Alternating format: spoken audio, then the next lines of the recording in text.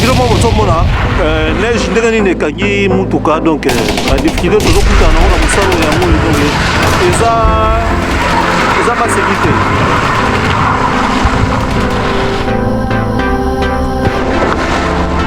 Aïe.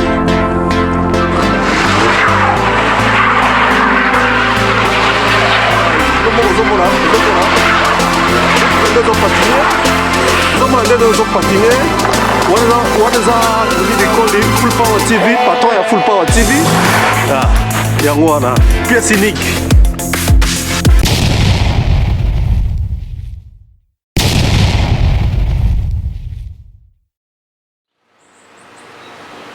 Vraiment, bonjour mes chers amis de Full Power TV 1, la chaîne d'investigation. Mes chers amis, nous avons aujourd'hui un invité spécial qui est ici dans notre plateau de Full Power TV 1. Donc ce n'est pas une personne à présenter, vous le connaissez, mais malgré ça, il va quand même nous dire son nom. Donc nous avons Papa Nabiso, le sage Papa Roger Mwanza, Oyo Aye Kotala Biso, Awa, Nakati ya Full Power TV, Azara Makambo, Masoloni, bonjour Papa. Bonjour Papa Oudou. Vraiment Papa, tout le monde est présent na yo Awa. Oui, pour la vision na chaîne na vision Full Power TV 1, donc message ni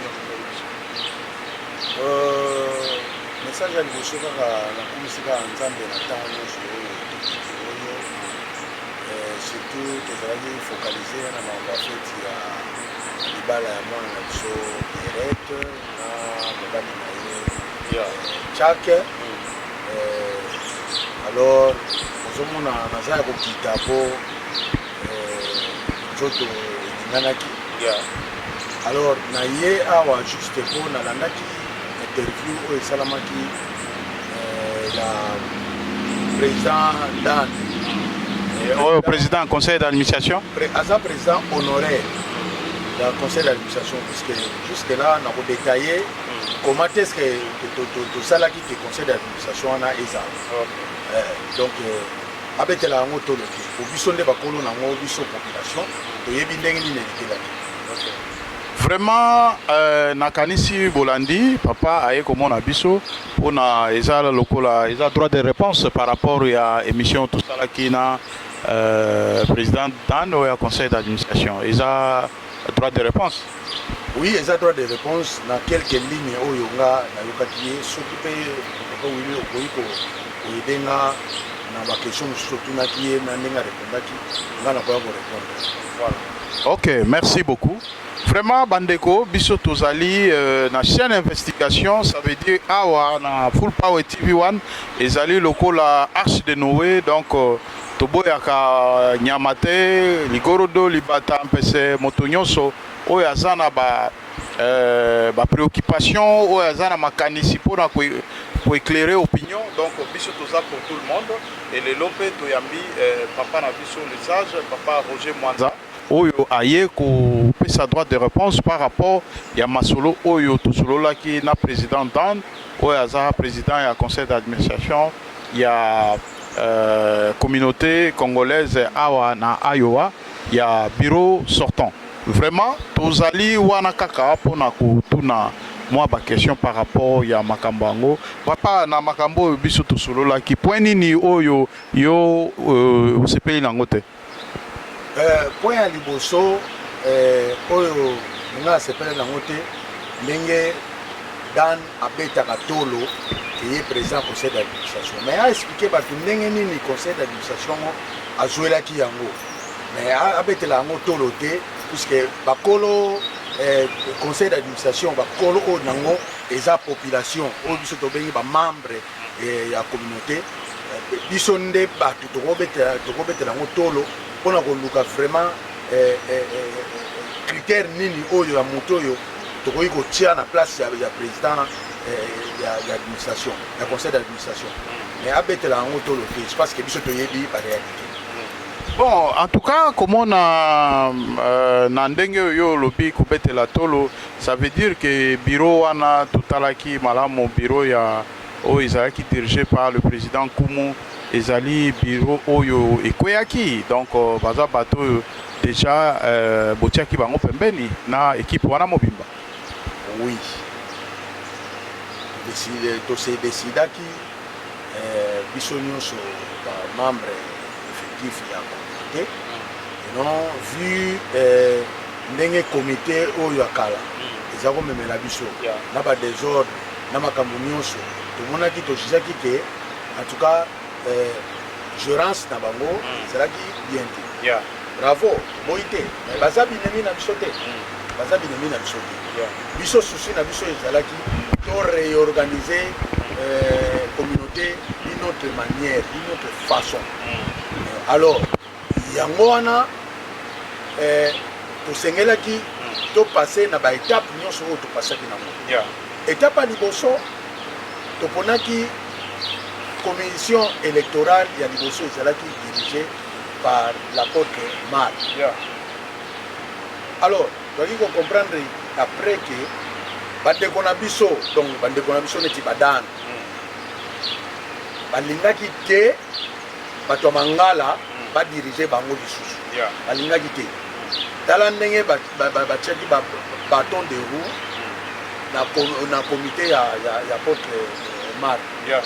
Et je pense que tout homme de Dieu oyo aza sérieux amonaki mpo na personnalité na ye alingaki te basaleli yango wana alukaki adépose na ye adémissionné na ye mpo bato mosusu baya kokota. Or ezalaki tricage à partir ya badane donc souci ya badane ezalaki ke bango nde il fallait badiriger donc ekomaki lokola to banini bandeko na so ya baswahili balingisa ngai mpo nazoswahilise yango te me bandeko na so baswahili na stati oyo bango basalaka ya mutualité bango balingaki te après moto alingala ezala bango baswahili donc yango bakabolaki biso na este na ouest yango to bandaki koloba este na ouest yango donc est eza kaka baswahili ouest eza biso bato ya mangala bakongo na baluba.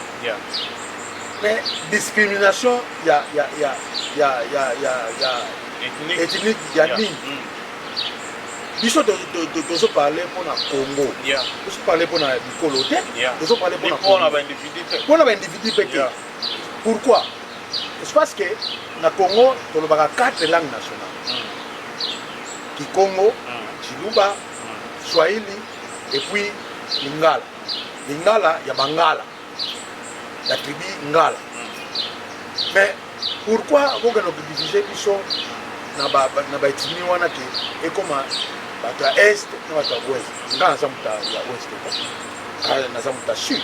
Est-ce que papa na kati ya ba répartition basalaki wana na tobolo bango tokotika na makambo ya géopolitique? Parce que normalement la géopolitique des langues qu'elles ont représentées moi je dis que quelque part on a fait des alliés malamu militaire parce que tu as 4 langues nationales. Comment va vous dire kaka balingalophone na swahilophone? Ok, basalaki ndenge wana soi-disant na période wana badeko baswahili balaki ebele oyo baki baréfugie balaki ebele. Alors bato ya mangala bazalaka moke donc ya kokonte mpenza misala. Alors peut-être on a 2 poids 2 mesures bamonaki kaka kiri non tika mpona kolese ndeko ya lingala te tovote kaka mpo apase. Oui, c'est une bonne chose tosalaki, mais boyebaki te ke un jour bato bakobakisamaka lisusu ekolonga na mutualité ekoya kokoma communauté.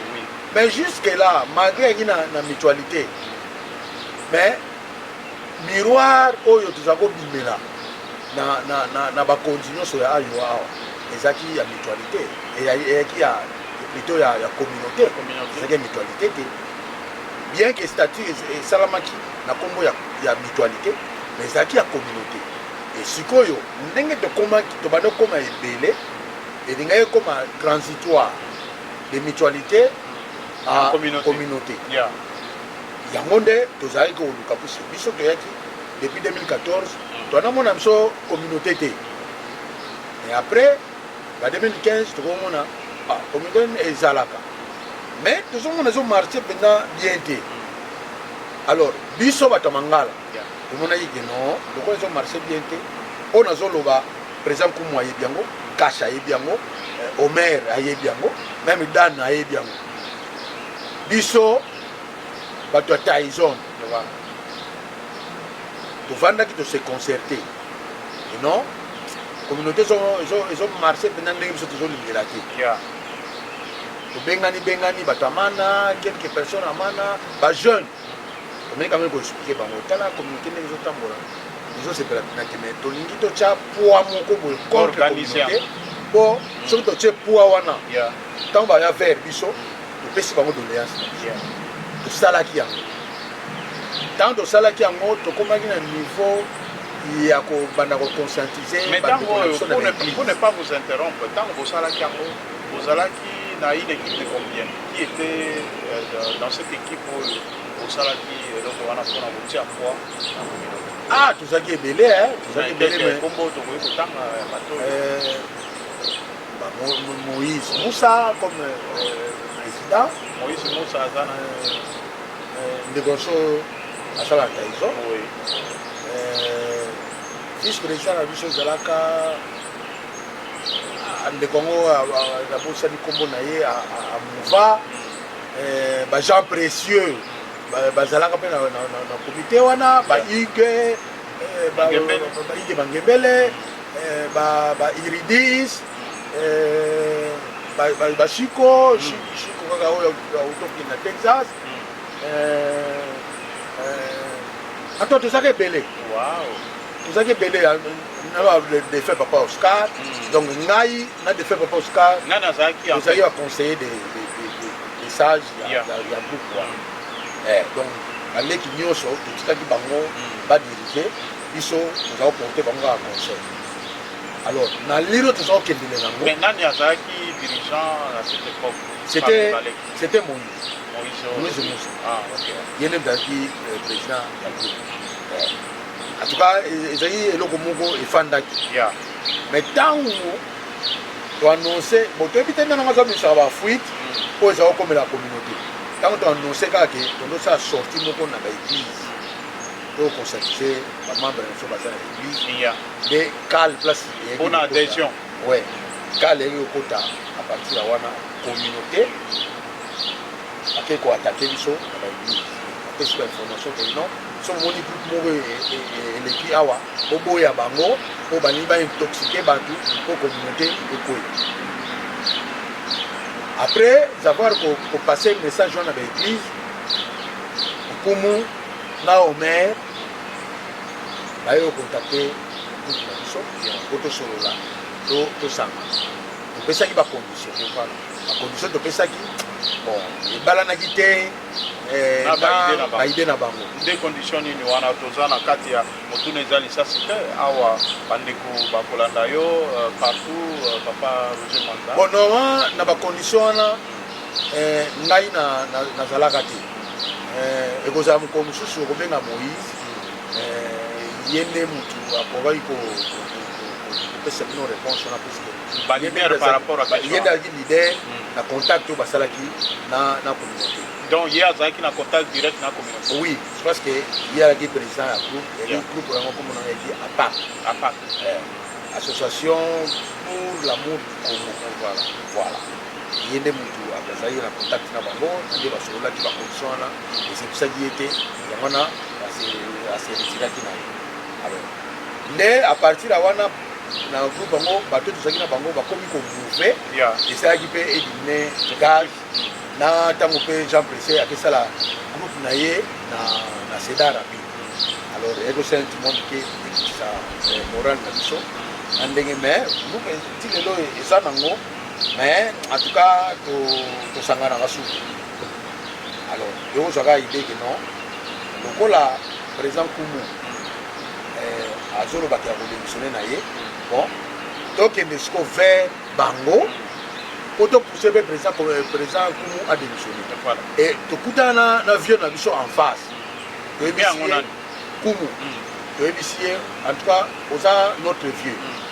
mais par rapport à makambo oyo ndenge ezolekela na par rapport ya nombre oyo ya bato bazobakisamaka vie information na yo ezocircule mabe yo na kasha crédibilité ya malamu crédibilité en tout cas eza souki alors vie tosenga par avec tout le respect luka odémissionné po mopepe oyo ezoya ya sika totikela bapeti wana baya na pa ya sika voilà baya avant sika ya communauté bino bancien dirigeant na biso bamikolo toyeba ndeni nzuku komemela baleki wana mais elingi oloba teke soki bino baekarte bino bokoma bimemi na biso non bino boyebi basekret ebele ya makambo yango bino nde bato bokopermettre bapeti wana mpo bayeba voi nini oyo bango bakokote alors yango omona ete andimaki ide na biso ya koluka abima me akobima ndenge wana te po abima il faut baélection esalama alors yango nde tokendeki na système ya baélection oyo apôtre Marc azalaki premier président ya comité électoral oyo elingi odirige biso mpo tokende baélection bato baye kobebisa kaka bandeko na biso oyo bazotanga badane bakasha e leur groupe bango nde bato baboyaki ke kotiela nani apôtre Marc babaton sur les roues mpo emarche te ye mpe na par respect amonaki no namina démissionnaire aza mosali na nzambe amoni ke esimbi entoutcas amoni esimba ye adémissionnaire mais soki biso tocomprendaka eloko wana nde apôtre Marc anga démissionnaire et puis akontaktaki biso bandeko te atika démission moko brisque eyaki brisque puisque eyaki na sala full power pe azalaki wana sur place ndire wana nano comité wana na organisation d'élection oui wana no côté voilà alors a démissionné en pleine réunion c'est là que ça passe comme Yemora a insisté à démissionner bon tu vois qu'il quand même acte à démissionner mais si quoi par après il y a comme que non tellement que va tirer comme dit trop jour en haut non il faut donc toute la statue et nous le bani statue le bani non statue le baquet il faut que soit le plus vieux il y a des autres comme président du conseil d'administration le plus vieux dans sa loi à Salagité le plus vieux à la quitté mais le plus vieux il y a bateau à sa dans salle et qui a plus de 60 ans je crois il a 60 ans ou 61 ou 62 ans il y a un monde bato baponaki ye na minute wana et ndenge aponelaki ye elingi koloba te ke ye nde moto azali président conseil d'administration jusqu'à la fin ya bafi na biso te toponaki ye mpo na mission moko donc eza te ke président ya conseil d'administration à vie te eza à vie te avi te eza na durée indéterminée ezalaki durée déterminée durée yango déterminée eza ya combien de temps c'était par rapport aux élections topesaki ye je crois 6 mois justement ezalaki simplement pour organiser seulement les élections et non après pas les élections après les élections il n'est plus le président du conseil d'administration non eyaki ndenge wana te atika omoni ntango tosalaka makambo botika koya koleka na télévision oyo ba n'importe quoi oza na bana na ndako yo tata monene ndenge wana sokosabana pourquoi kosabana toponaki yo juste pour une mission la mission en était que simplement omema biso na baélection au comité wana elongwa olamema biso na baélection eloko nini esalaki ke to désavoué yo olongwe président conseil d'administration mpo na baélection okomi président ya conseil des sages ya kosambisa bato et puis ozoluka osambisa bato na modèle nini problème oyo baye kopose yo eya problème ya mbongo oyo ya 20 000 bango baloba mais soki olandi na baaudio oyo nani kasha aloba alobela biso azalaka clair ke mbongo wana bakabelaka bango. Mais papa Roger, pour ne pas kokoma na place wana rapidement, okoki kozonga mwa moke eloko oyo yo ozokoreproche monsieur Dan ezali par rapport ya kolobaka ke président ya conseil d'administration, nde eloko oyo epesaka mpasi yango wana. Oui. Donc ça veut dire que tokoki kobenga ye mpe président honoraire ya conseil d'administration honoraire parce que asimaki fonction moko boye na durée moko déterminé esili mais en titre honorifique, on peut l'appeler ainsi. Mais oui, je ne disconviens pas. Dans le bien, tu as bien un président honoraire, c'est parce que la salle qui moi, tu as mon robot. Mais, dans les cas où qui est, on n'était pas satisfait. Donc vous n'étiez pas satisfait à quel niveau?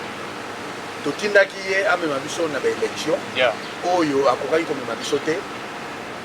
Atengami na ye akene na lisolo ya kanyaka puisque rétro commission yango ya zakose alors lokola soit ki yango te mais si il faut ko incriminer mutu moko to incriminer mutu wana po nga nazwa kanyaka na lekisa mutu mususu mais sikoyo mpona eloko oyo olobi wana ya kanyaka mpona kolekisa mutu mususu ntango toyambaki kaka na plateau na biso télévision eza radio te na asi baimage ezali alobaki ke na temps na ye oyo bapesaki responsabilité comme président ya conseil d'administration amemaki biso na baélection na badélai et puis makambo nyonso esilaki na badélai normal. Alors makambo oyo se présenter par après oyo faire partir ye ezalaki justement mais gestion ya makambo oyo etali bankumu ndenge badirigaki communauté d'une manière bizarre, d'être salarié qui va faire partie de l'Union sur la carte en ce qui concerne les élections, normalement, calendrier électoral et l'image qui vient avant, par rapport à délai au Bopesa qui va pour la Marambo sur le. Donc, on assure ceux qui, si à moi, audio wana au Kolanda Mope, Oyoka, comme ça, et que ça y a quand même ma tradition, il y a des gens qui la Marambo. Vraiment, l'Andeco, moi, parce que j'ai rédigé les radios, tu vas dans la chaîne d'investigation, pièce contre pièce. Comme ça, on a côté à moi audio, et puis ça y est, quand même, moi, une idée par rapport à Oyo, sur là, en Dan, quand même, moi, une idée par rapport à ça. Oh, Oyo, vraiment tokoko banano en attendant tozobongisa nini mpona nini na biso. Donc ça veut dire que monsieur Dan oyo azali ndenge outi kolobaki azalaki apesaki mpona temps moko boye justement ka mpona koorganiser baélection. Après les élections aza na droit ya kobengama lisusu président ya conseil d'administration te. Donc d'où eloko nini mosusu oyo quand même à part wana ya kobengama eloko nini oyo bozokoreproche lisusu na kati ya communauté ndenge nini oyo communauté etambolaki na canal na ye eloko nini asalaki ya mabe? Ok, monsieur Willy, ntango ozoreproche mutu na mauvais gérance yo mope ifo mitala ngai ndenge na banda koyokela ye ndenge banda kosepante ke aza pacificateur azali unificateur azali rassembleur c'est faux archi faux. Oh non, nga naza na famille ya bachef coutumier. Oui, bravo. Vous avez une famille à chef coutumier. Biso c'est la famille à chef coutumier. Oh, yo pas en famille à chef. Mais oui, naza na famille à chef coutumier. Ndenge ngaba Congo na Mayombe naza na famille à chef coutumier. Sagesse ozomona za ko botama. Et comparablement na batu mususu na ko tshaba mona se. Zomona. To kana no mwa audio yo. Comme ça tozonga justement na eloko yo.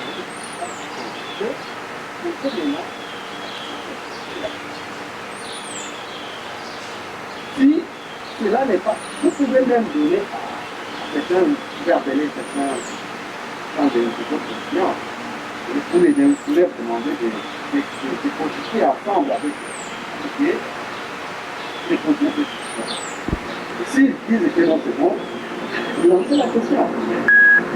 Parce que ces moments-ci, en tout cas, ce n'est pas un moment à dire n'importe quoi. Non, ça c'est Sur la... autre sujet, c'était justement, vous allez nous expliquer, ça c'était pour la situation de discrimination. Et voilà, on va passer, vous allez nous expliquer pour ça, donc on va chercher cette vidéo.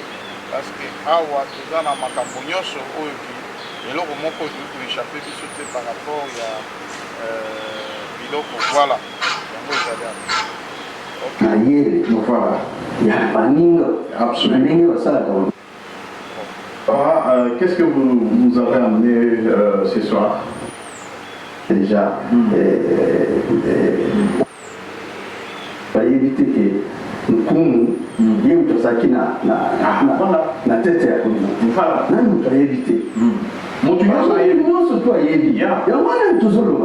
faut autant aller comme un tribunal. Non, parce que vous savez, pour ne pas vous interrompre, vous savez, comme les bisous et belé pour l'absence kaka oyo, moto doit être dans beaucoup dans ma communauté. Quelque part, les gens nous ont écrit d'une manière, je peux même vous montrer le message, terrible. Parce que, je comprends les choses sur le côté. Parce que ce qui t'ont dit que Makambo est venu aux autres parole, par rapport, il y a mes gestions, par rapport, il y a ma bavure, pour les salémis n'a passé. Donc, mon union soit dit, Congolais union soit allé, à il y a États-Unis, dans l'État Iowa, à une situation. Alors, vraiment, question en live, là, répondre à mon live.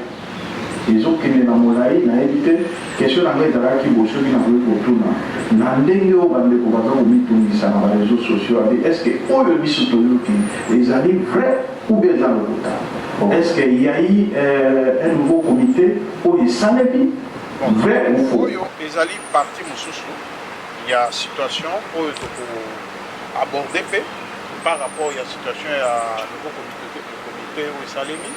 Mais par rapport il y a Oyo Lobby, il y a Makambo Italie, Messedane, par rapport il y a Kozala pacificateur, Kozai, donc il y a Union sur le Lobby, unificateur, assembleur. Donc ils ont représenté le côté. Et le côté. En quoi ils ont représenté le côté? Mais tout le monde est dans la zone. Donc Bango Baza va se mettre. Oui, dans la zone. Et c'est de là que j'ai compris.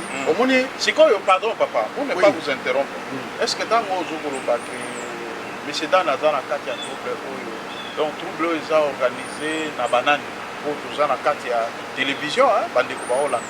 Trouble ils ont organisé par Nani Dan tout d'abord, Dan Mwamba, Jean Moussenga, Jean-Luc, Bob. Mike l'avocat et qui encore? Je ne pouvais citer que ceux-là. Bon, si quoi Nathan Oyo Tangi, Kaka Mopandi Mokonde trouble les alliés. Na côté à Bankumu de Kombote, parce que côté à Kumupe, ils ont constitué na Badonae. Pour na Bango Basanto. Mais non, na quoi répondre na côté Kumuka Yemo. Bon Bananji. Mais comment ça n'est pas yé côté wana mopanzi comment ça yé mokaza na batute aza yé moko aza na batute yé pe aza pe mabe parmi ba monyo so pe wana bon na kumu baza ne mabe na kasha pesa mabe ya vous comprenez alors siko yo exclure yé ndenge no tangi ka 5 wa non na tangi 5 wana na groupe basali o tuninga basali eloko sita voilà OK somona par rapport à groupe ndé par rapport à groupe na tangi ya bango 5 wana basali groupe asita comment en tout cas n'habiter administration mususu ya awa ya États-Unis bon na critique yango te même comment ça fait-il que quelqu'un qui peut se présenter à la fois président de la groupe, à la fois directeur, coordonnateur, à la fois ceux qui titrent ceux qui trésorier. Une seule personne avec 3 titres. Si même la fonction est bénie. Si même la fonction est bénie. Bon, voilà, ils appellent la monsieur Boigny l'équipe. Bon, nayebi te soki bonyanga marke to mayele yango marke nayebi te baye bamela binga et puis barenverse yango balingi te tomona na liboso bazwi tokokóma na point wana bazwi moto ya liboso soki secrétaire batie secrétaire na likolo président baetia na mwa suka bon sikoyo question mosusu yango oyo tozokende kaka parce que motuna mpe eza lisasi donc est ce que na ndenge oyo makambo ezotambola na ndenge olobi ke bango nyonso baza inclus na kati ya cercle wana ya mégestion cercle oyo ezokoenglobe bato oyo bazali lokola binemi ya communauté oyo bazosalaka communauté ya avancé te alors na kotala boye soki tozwi sur le plan ya mégestion na kote oyo etali misolo na kote oyo etali organisation ya communauté est ce que charge ka ya bato nyonso oyo totangi wana bango nyonso baza coupable na kati ya makambo wana en fait baza inclus parce que tozojuge bango te malgré toza na émission na biso tribunal mais toutefois baza inclus na kati ya l'histoire en fait charge mingi eza komo na kasi pour la côté ya mégestion oui bango nika dirige puisque durant 16 ans ou 17 ans olakisi biso te comment est ce que un groupe oyo tozobenga communauté ekoki kozalela par rapport ya baninga mosusu ya bacommunauté mosusu et par rapport ya bacommunauté na biso ya baétat mosusu ça fait mal touti Kinshasa touti Congo biso nyonso et nous tous je pense que tozoloba bien que moi j'ai été ceci moi j'ai été cela mais vérité eza biso moko moi je fuis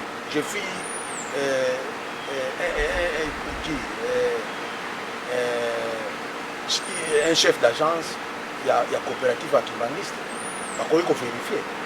Coopérative à Kimbangiste, c'est qui? Je suis un chef d'agence.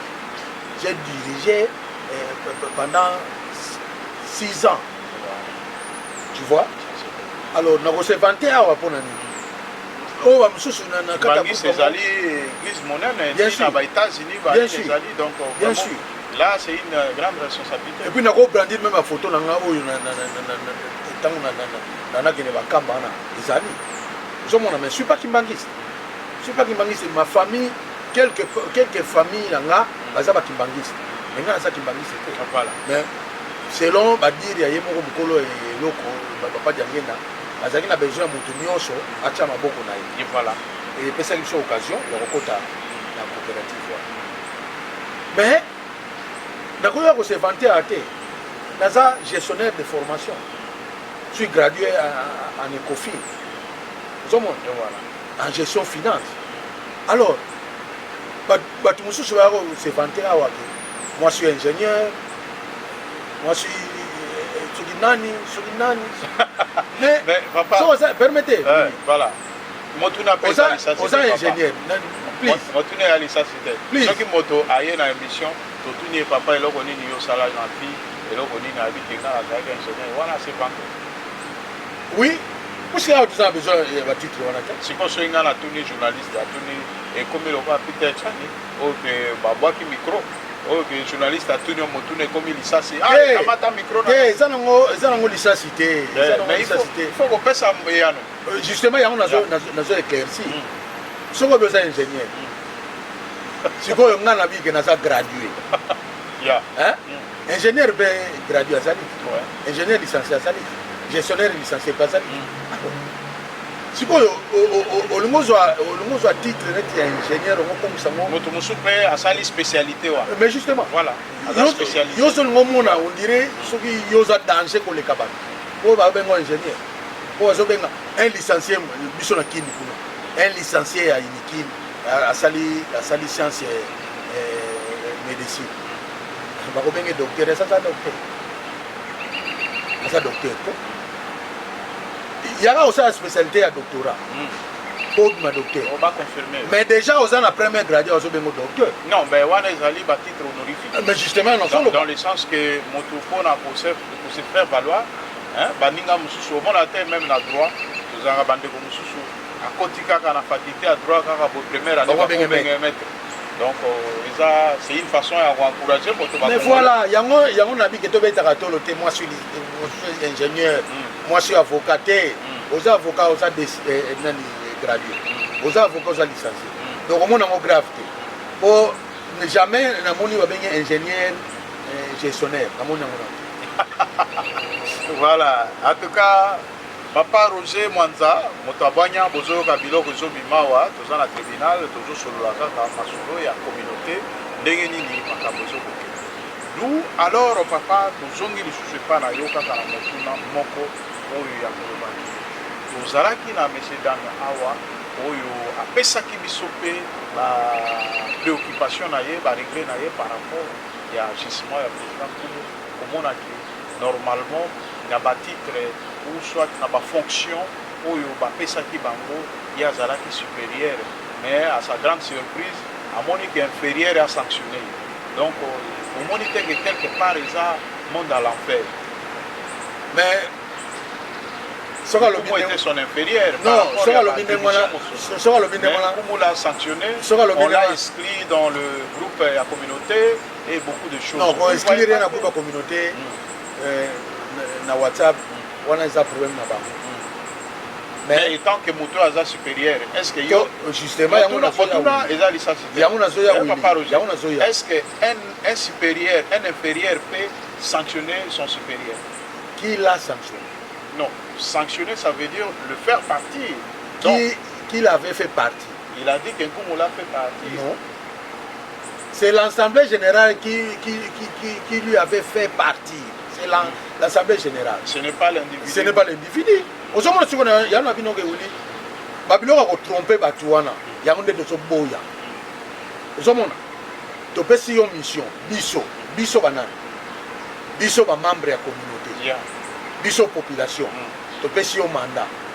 Au cas où on a une distraction, il y a Kanyaka. Tout ça qui n'a besoin de Kanyaka. Kanyaka, en termes clairs, il est qu'à qui n'est pas. Yo muta conseil d'administration, le président conseil d'administration. Ni Koumou, ni Kasha va reposer candidature. Vous avez besoin de voter.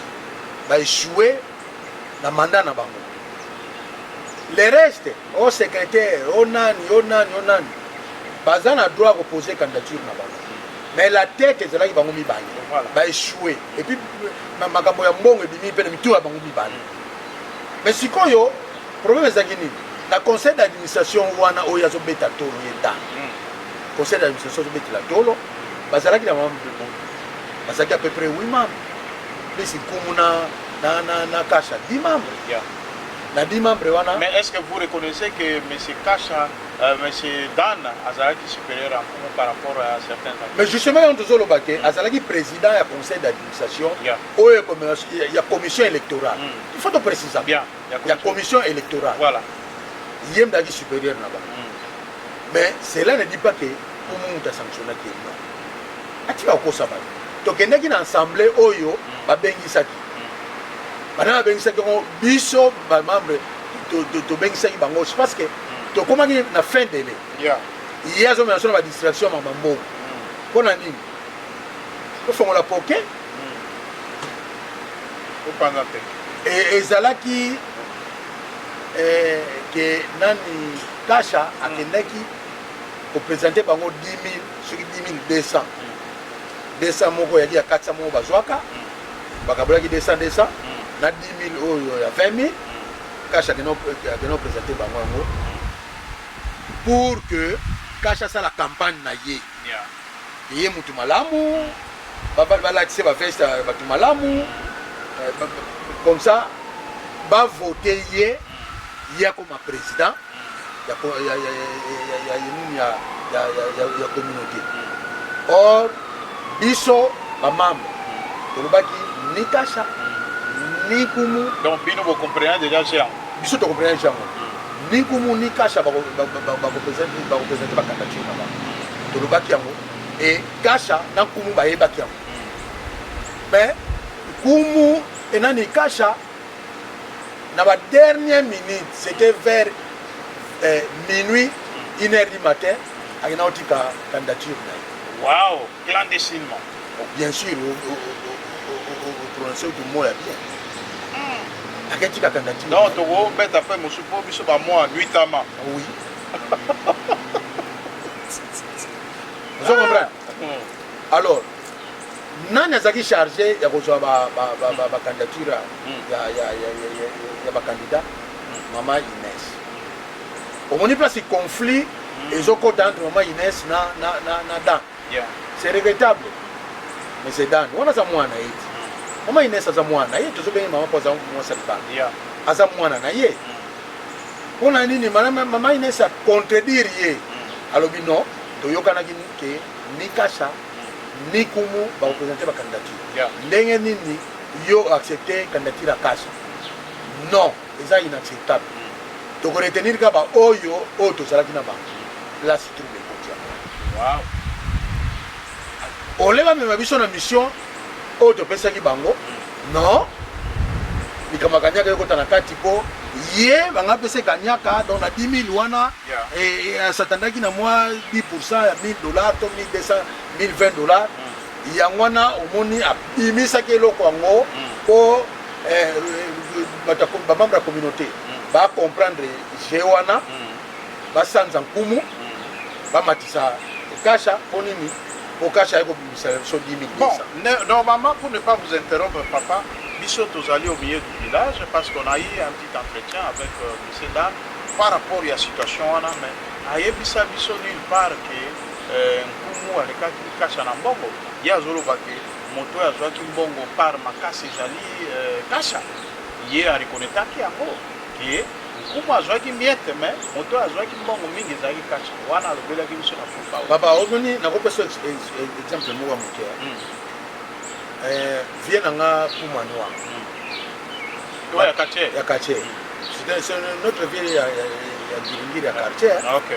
vie nanga wana ero onaki célèbre eya na vie na biso moko mpe ya quartier aza pire vie mpe ya maître puma noir ayebi puma noir cop keno maître nayebi oko yo milongala azosala campagne électorale na ye aza na besoin yo osala na ye campagne mais cop eza yanga na ye mpona kozwa yo napesa yo cop mais ngai ifo nalia mpe part nanga maître puma abisi abino vie wana ya problème te eza vie nanga okozwa part na yo ok bamemani inde ti epa adi yo milepe akei basololi te basusi osolola bakateli bango lingonda na bango Transport ou bien la propagande? ya campagne nyonso Makambo nyonso. bakateli bango maître puma noir azwi mbongo atie na sala bon vie toke babandi koya bakomi na nzela vie ayebisi maître puma non petit frère yo oza maître omoni laro apesi biso nga moye tokoma palisa te mpo naza likambo nazosala quelque part awa so ongokatilanga parti ono vie tokendeka na pale vie na nzela boye bien te tokendeka na pale na okatela parti na yo vie kobanga eloko mo te na okatela yo ya yo vie insiste abi te petit frère yo amuka makasi pesanga lare nanga kaka na nzela puma noir akateli vie wana lare vie azwi lare sabino maître tokokende nzela na yosa pale mais vie mpo na nyonso abi petit frère yo amuta makasi nga na muta makasi te wana eza lisese obe eza réalité eza lisese te eza réalité tina solo babo soki maître puma noir ayoki lisolo oyo akokata na koseka bakolanda yo parce que chaîne eza multidimensionnel banokende nzela bi petit nanga yoza muta makasi naboyi tokoma na pale okanganga kati ya bakatiere na bino oyo bokundana na bango ochanzele ngai ide yango ningaki nazwa part nanga lokola nazwi part nanga apeti nanga tokosala biso nzela zala maître puma kata na kosenga bivie esprit wana ozalaki nango nga nazalaki nango tabi te yo oza maître nga naza maître Alors pour Ça, dire c'est que grave. pour dire que Kasha a joué une bonne partie. À part 10 000, a joué 4%. 4% na morceau wana to sito de cortica qui a. On le bat déjà. Naloba déjà o epesaka. Voilà. Sikoyo tozala na kibomoto te, tozala na kibomoto. Yo zimbongo ebele. Bokaboli na muninga mwa 10 000 wana. Biloko ya mike mike olanda mieto ya moninga ezonga. Voilà. Oyo tikala. Na 10 000 wana. Bake ko présenter ngo pa ya Kasha. Kumu andimi. Keno na 20 000 oyo. Kuse bango badan ba proposer ki ba pesa bango 2500 donc 5 000 revenus na maboko ya Kasha na Kumu, 15 000 na maboko ya communauté. Et pour eza mbongo ya communauté ti. Eza mbongo bakabela ki bango. Mais yedan a jugé bon ya ko bakeno to pesa bino 5 000 bokabola, 15 000 to pesa na compte ya communauté. Oyo dan ozwa nini rétro commission. Non. On a esprit tout d'abord esprit et ça esprit à rassembler. Donc d'après yo ezalaki G o ya monaki pe soki asali G wana comme ça na bongo etikali ebele ba ko récompenser par rapport à idée wana. Bien sûr. Il a sauvé image ya kan wana. Bien sûr. Comme ça o ya moninga eza bien sacrifice. Bien sûr. Selon idée na. Bien sûr. Sikoyo on eza makanisu bezande ko. Tezande on nazolo bano likambo eza vrai. Okotuna même Kasha otuna. Kumu aboyi. Kumu abibon. So comme ndenge wana. Ngai na pesa bino 10 000. Biso to tika na 10 000, to kabula 5 000. La refuser. Boko refuser mbongo ngo ya bino te. Eza mbongo famille e kabeli biso. Et famille wana ba beti seteke mbongo wana bo beta lisolo na communauté te. Mais Kasha ko beta na communauté. Mais Kasha fala beta pe lisolo ya 4% ya zoki na communauté a beti ya moto. Siko yo lingi muninga tika la poche vide. Yo 4% na ozwaki et vandi na ndako na yo et vandi na cop na yo et 10 000 oyo ko présenter biso que non yo za moté malamu o présenter biso 10 000 au kabela communauté. Bon, pour ne pas vous interrompre parce que papa Roger na loko zulu bawana na kutala na makambo wana ndenge bakabola kimbongo est-ce que dans le pays azaki na part na kati ya mbongo wana zwaki mo eloko.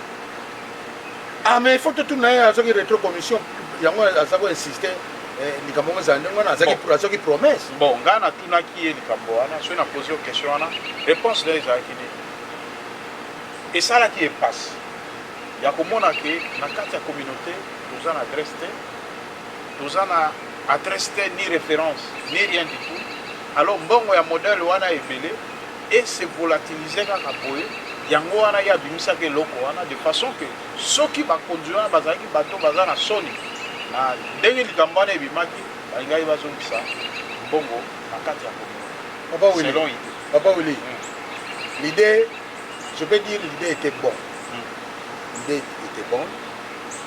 Mais, et l'autre quand c'est là qui m'a payé. Vous avez la contrepoids. Vous minimisez le coup, vous mettez ça cash. Ce qui permettait. Moi mon cœur, mon tour à l'issacité na roule kaka. Sinon il rebonga. Te na robeto ka moi loko mon cœur yo kofi. Siko eloko ni ne sala ka ke yo obima loko a défenseur ya. Qu'est-ce qui s'est passé? Ah on a chaîne d'investigation papa. Papa Willy. Omoni ndenge na sabu. Ndenge pe toza na ayo. Namona mtu akorompo nato. Osoki nga na ngai kozwa corruption na Kinshasa. Bato bayibayi nga naza leader ya opinion. Na Kinshasa ba Francis Kalom ba Esaïe Njoli. Wow. Ne banga corrompre nga na kota na rythme ya PPRD na me ba. Donc yo ba na bato wana? Oui. Ba Francis Kalom. Na lobi na o oui. Oh ba benga solution. Mais Francis Kalom to tanga na école primaire mon na Saint-Louis. Wow. Magenga za mkolo na ye peut-être ba ina ne ou 2 ans. Tanga na bona Saint-Louis. Vous comprenez? Naza leader d'opinion.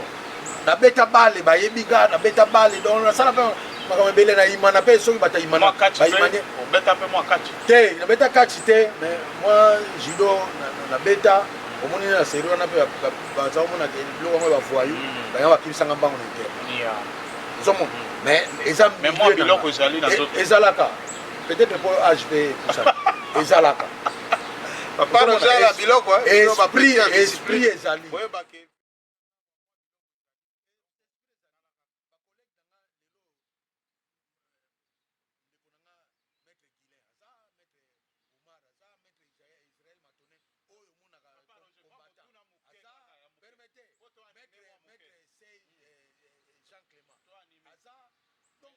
Papa Roger pena soki atomboki na ndenge oyo toza entouré na baleki oyo baza bandiscipline leki pena akomona pena akokamwa ke Papa Roger père moko azalaka champ en l'air soki ke totie pena ke mboka oyo te na ndenge akimia akozwa sous-sol na ye ya jeudi oyoka terme sous-sol ya jeudi il faut za sportif pokoma soki okomi te donc seke oyebi makambo wana sous-sol ya jeudi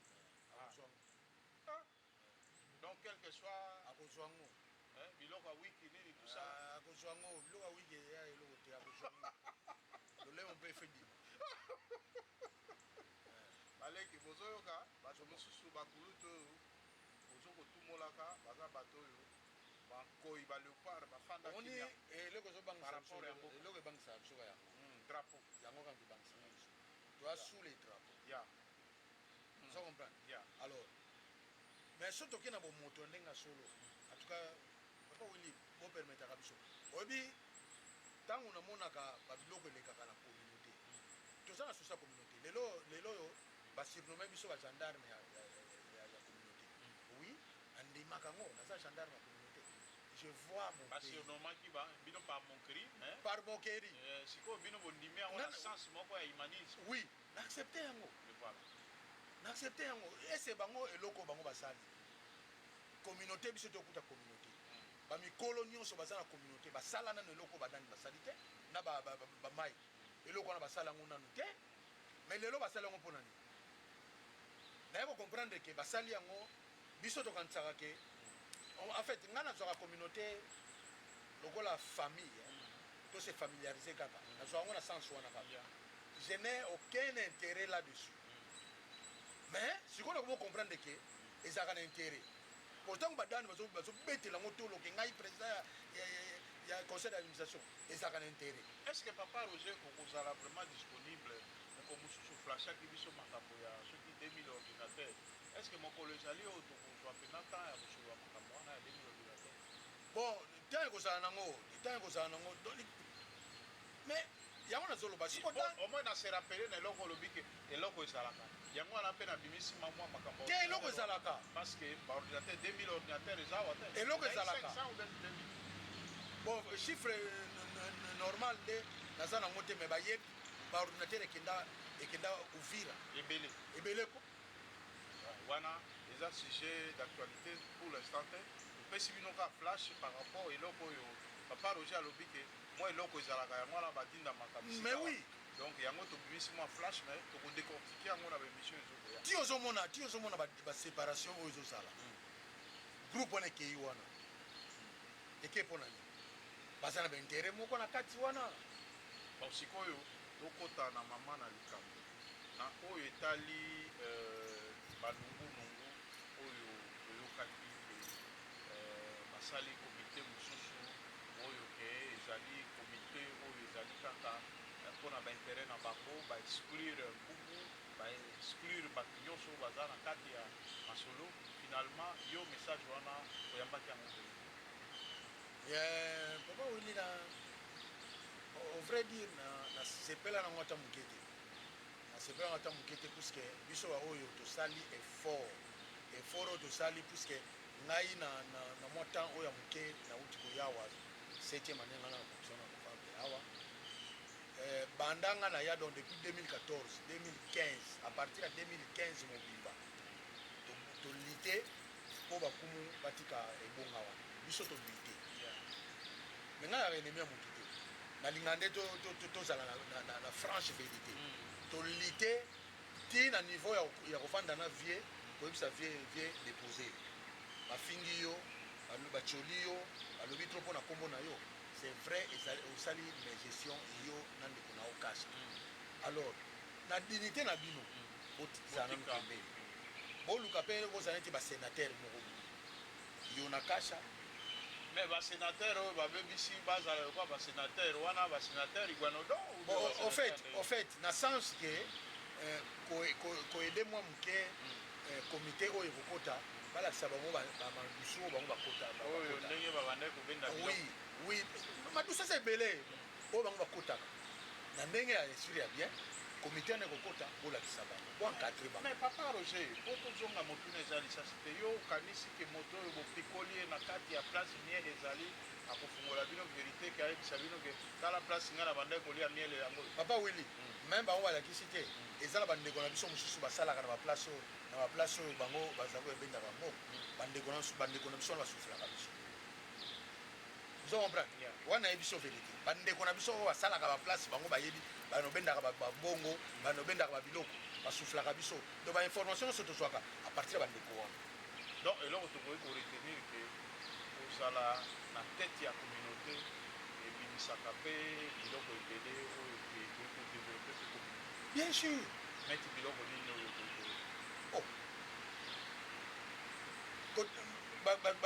ba classe kaka oyo ko financer. Makambo eza belé. Donc gouvernement azopesa ba makambo eza belé. Ba financement. Ba financaka même communauté va ko financer bino. Dernièrement tu as raté 15 000 balles. Wow. Ba fourniture scolaire pour fallait pas payer ça bana biso ya communauté. Depuis au combien wa 7 ans yango yo zo ata kaye mo ba fourniture o ba. Dans compte communauté, exact. Siko nyonso wana te. Mais kasi on ozobisa que ba fuite nyonso wana. To apprena yango kaka ndenge tozolandela bango ba communauté. Ah bandeko motuna eza lisasi te ozokomona année passée bato raté 15 000 balles. Bayebisaka bino ke makambo ya communauté etali yo etali ngai po ba vérité ya boye soki okoti na kati ya communauté te okoyeba ndenge. Mes chers amis, ba jeune bokota na kati ya masolo toyeba ndenge nini makambo ezokokende. Papa malobeze pa na yo ozomona. Donc souci na biso eza te ke nga nazo bango bien na mona moto akopesanga $100 te besoin $100 po oyo edenga na likambo boye. Mais papa yo moko oza dealer biso tozomona dealer donc yo oza moto akolela mutu moko akoimpressionne aza na ye te oza moto akolela te toyebi o papa oyo azali moto ya bato donc ça veut dire que na makambo tozoloba awa ya motuya elingi kolakisa bino kaka image ya communauté ndenge nini communauté ezali kotambola.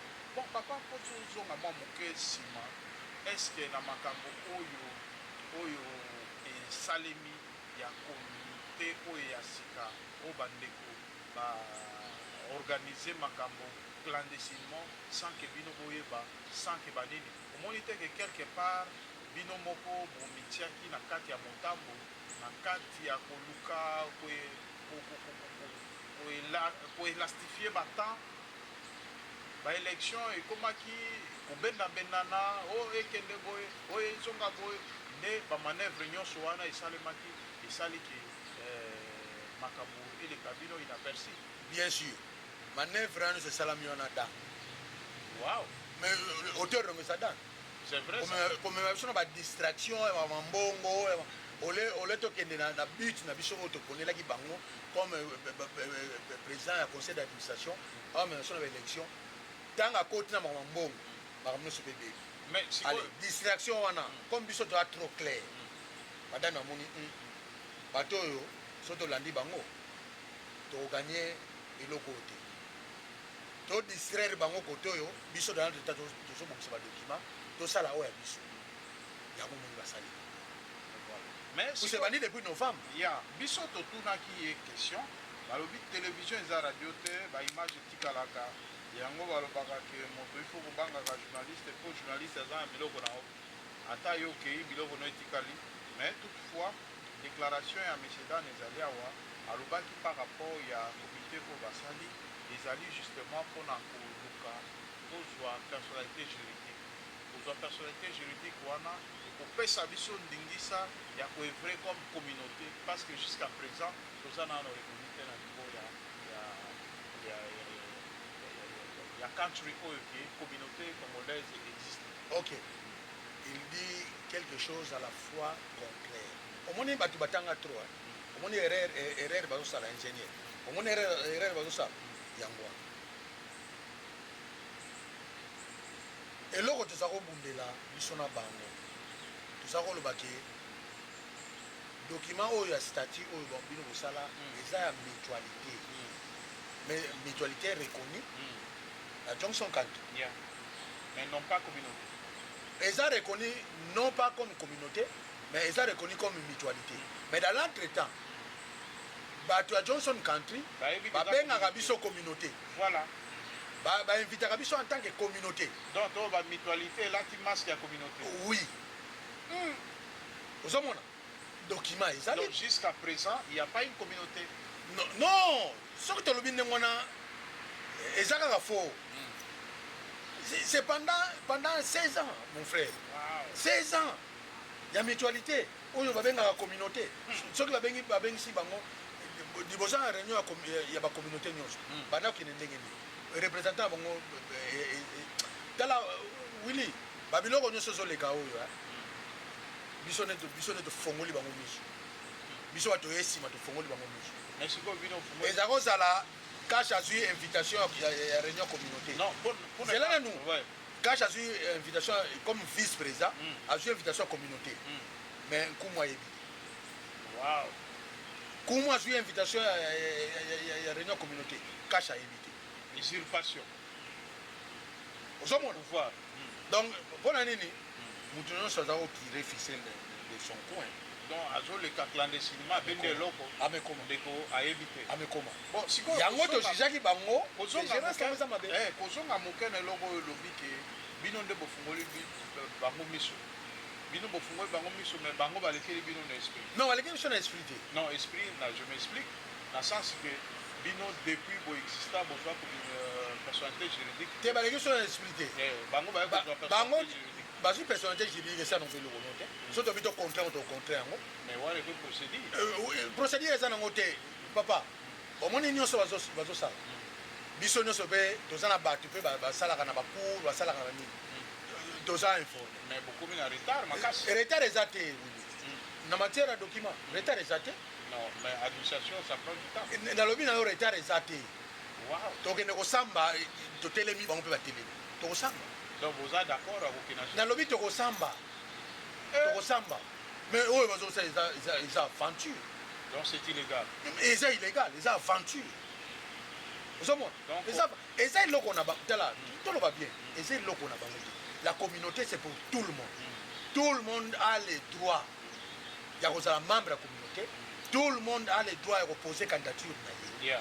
Papa Roger mela mwa mai mpona moni mwa émission ekomi mwa moto totia mwa audio ya ndeko mpo tolanda toyoka nano ndenge nini situation ezalaki.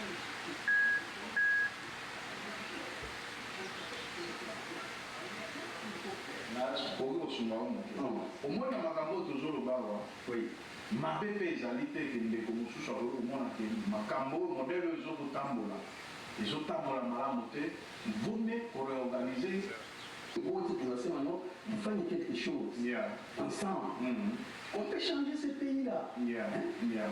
Makambo nyonso tu ezolekala biso awa tozala responsable parce que bon oyo tokoki kokende nango kuna ekochange makambo te bandeko na biso bazokufa ndenge wana bavolcan eyala à ce moment-ci Goma n'est plus.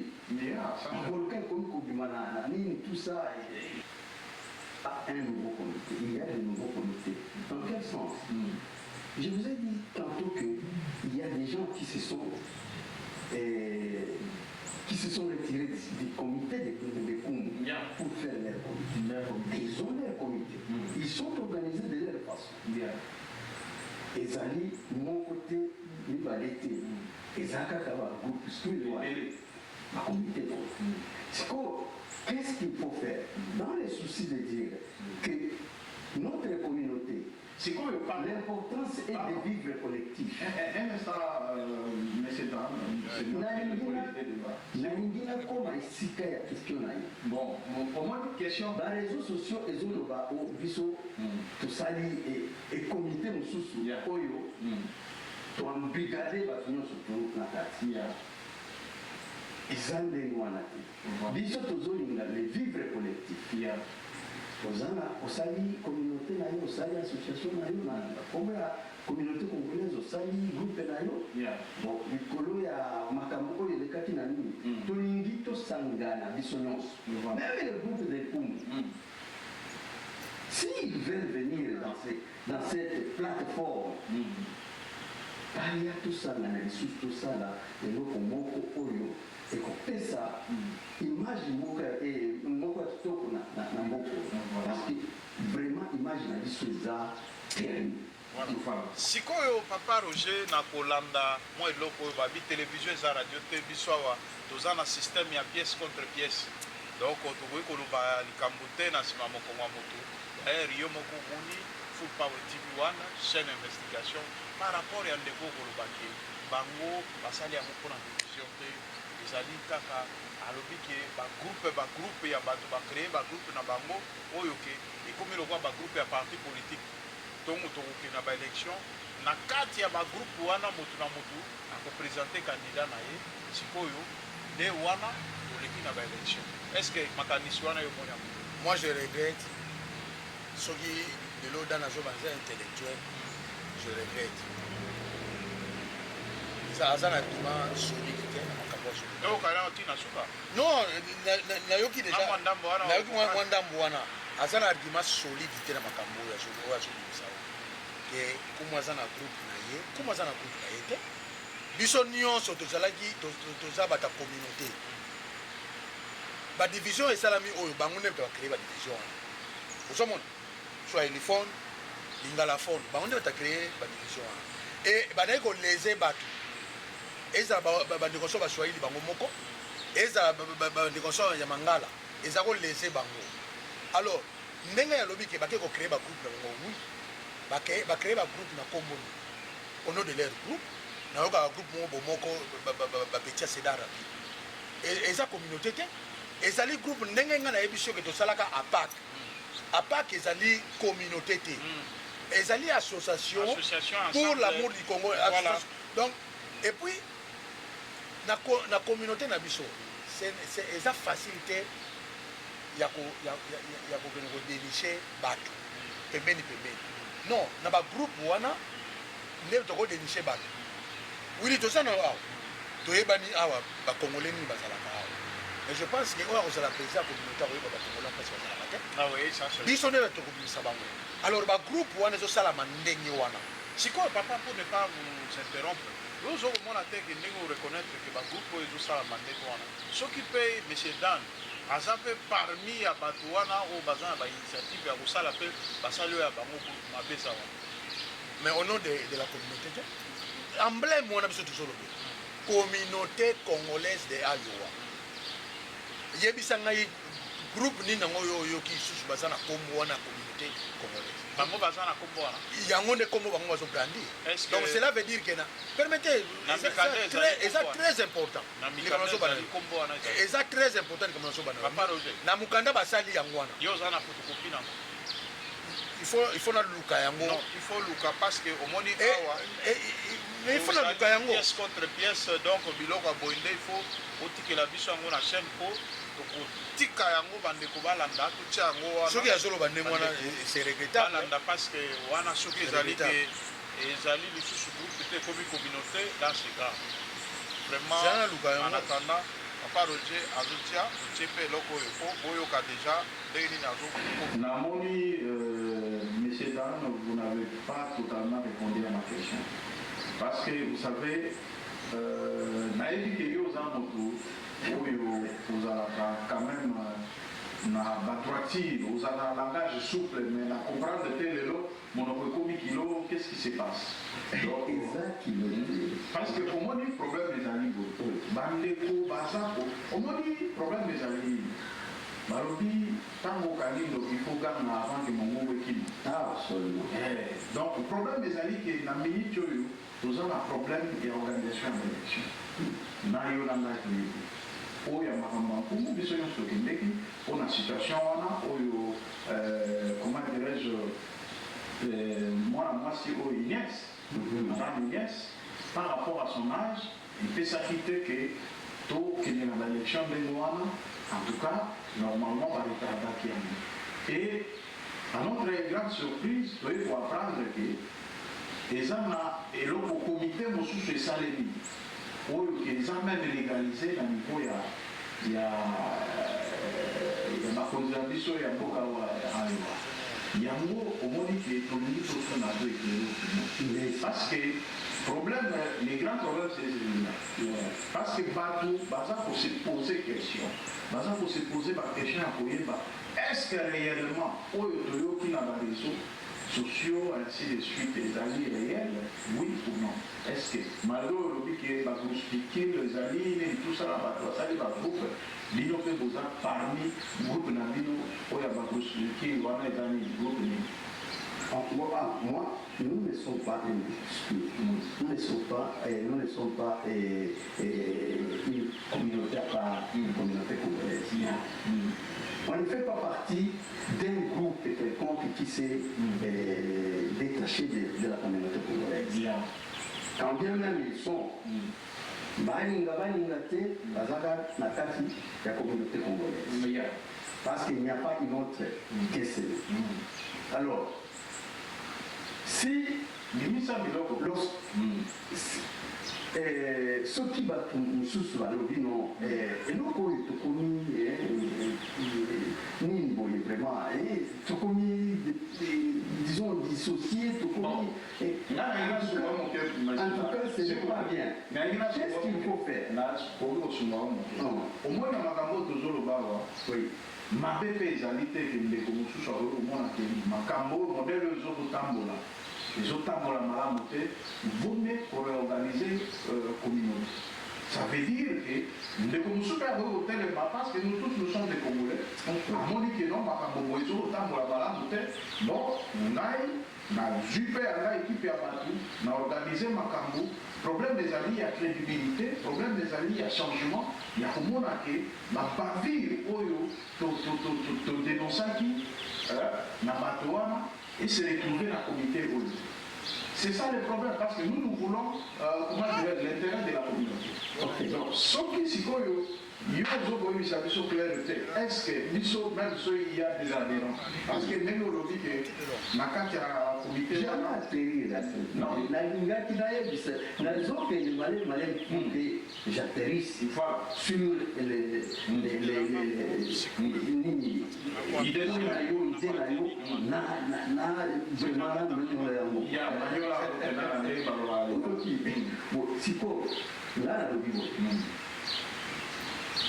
s'il y a il y a certains compatriotes qui ont cogité ensemble et qui ont pensé qu'il fallait réorganiser ce communauté. Si ces groupes-là, et l'objet vraiment tout ça, la communauté, tout ça, alors qu'est-ce qu'il faut faire?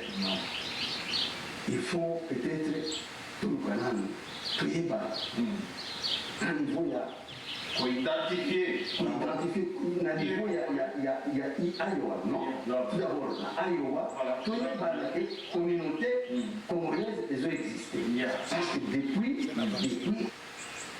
Vraiment, mes chers amis, nous avons toujours la chaîne Ambition Investigation, Oyo, nous avons na émission tribunal. Oyo ezali pe tango mosusu mpona kokanga tolobaka slogan na biso elobaka ke ennemi ya lokuta eza mikolo. Oui, parce que tango mosusu moto akomona ke akosi lelo akosi lobi ekomi momesano, donc biso tolobaka ennemi ya lokuta eza mikolo po mikolo ezopusana moto ekoma na moma moko oyo ke lokuta oyo akosaka na 2012 abandeli yango na 2021, alors bato va détecter que le Kouta est comme démodé, il faut changer manière nini ya kokosa ya sika. Chaîne d'investigation toujours Nathan na ndenge oyo tolobaki tokozaki ba question na papa na biso le sage oyo na kombo ya papa na biso le sage oyo bozo komona kombo yebani papa Roger Mwanza vraiment a révélé Bissoko chaque jour, chaque fois que je regarde une émission, et là, il y a Bisso. Donc, vraiment, ils ont dit confirmation oyo nga namoni awa ya makambo ya communauté ya sika oyo ezali dirige na ka ya bandeko na biso oyo babengami na kombo ya Dan Mwamba et ainsi de suite. Soki totali balobi Congolese Community of Iowa. Donc Congolese Community of Iowa oyo toyebi te soki ezali message oyo baadresaki kuna mais tokokende lisusu ntina se bokomona ke eza déjà structuré donc na ndenge basali makambo. Compagnie number yango ezali awa 6 7 donc 64 75 02 hein? Oyo statut active incorporation date le 9 novembre 2020 donc 5e mois passé donc ego hein, bakomi en anglais donc wana toujours vous translate en gros. Compagnie type resident domestic non-profit oyo eza en anglais donc yango wana bandeko na kotiela bino yango vraiment détaillé na kati ya Full Power TV1 otembesila mpo balakisa bino ke biso na chaîne na biso toza bato ya investigation na ndenge ya maseki te yo moto okosala makambo na kintsweki yebake Full Power TV soki akwei na yo okobimisa wana pasa donc makambo yango oyo baagence neme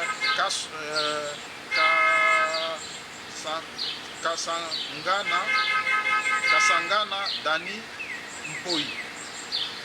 Agent, adresse 1377 Whipple 7 North Liberty. Directeur, hein, directors, offices. Donc, on liste, il y a des membres, des konzi, il y a des communauté wana.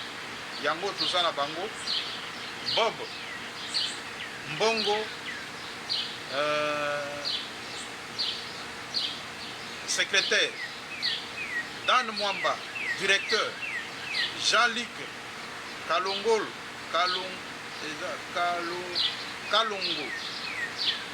donc trésorier bon ils en anglais bon comprendre kaka Jean Mbouyi Musenga, directeur.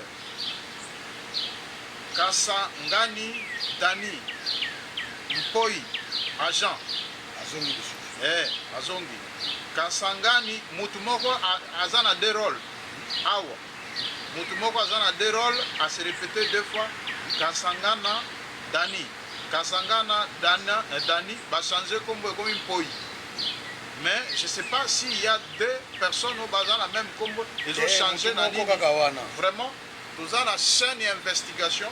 Makambo toko ebisabino ekomami awa na ko exhiber yango pe botala réellement ndenge nini ezali batu pe ba anglais ba ko profiter batanga ba comprendre. Donc combo ya Kasangana oyo et se reproduire 2 fois. Toke na Martin Mutombo Munyangi président. Toke na Mike Mbanza, président. Toke na Mike Mbanza 2 fois. Donc, Azana, 3 fonctions. Donc, Mike Mbanza, président. Mike Mbanza, aussi trésorier. Mike Mbanza, commis incorporateur. Bon, je ne sais pas ce qu'ils ont écrit ici. Incorporateur en anglais. Incorporateur, donc à se représenter 3 fois. Donc Mike Mbanza. Donc comme Nasuka, Shangalume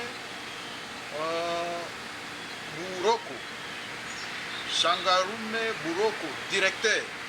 Donc mes chers amis, vraiment ezali pasi ba question biso to posaki na Full Power TV ezali chaîne d'investigation nde wana tozongi lisusu na ndeko na biso papa na biso Roger Mwanza les sages oyo biso tobengaka donc balobi ata oini moto yokaka ata maloba na ye peut-être moi vérité moke mpe ekoki kozala na kati biso na chaîne na biso tolobaka ezali lokola H de Noé toyambaka motu nyonso mpona kodécortiquer kaka bavérité papa na ndenge oyo révélation yo pesi biso awa est-ce que makambo yo moko te okomi yango otia yango na boye po ke obimisa osisa baninga mwa réputation ou bien eza eloko vraiment ekomami en bonne et due forme? Merci Willy.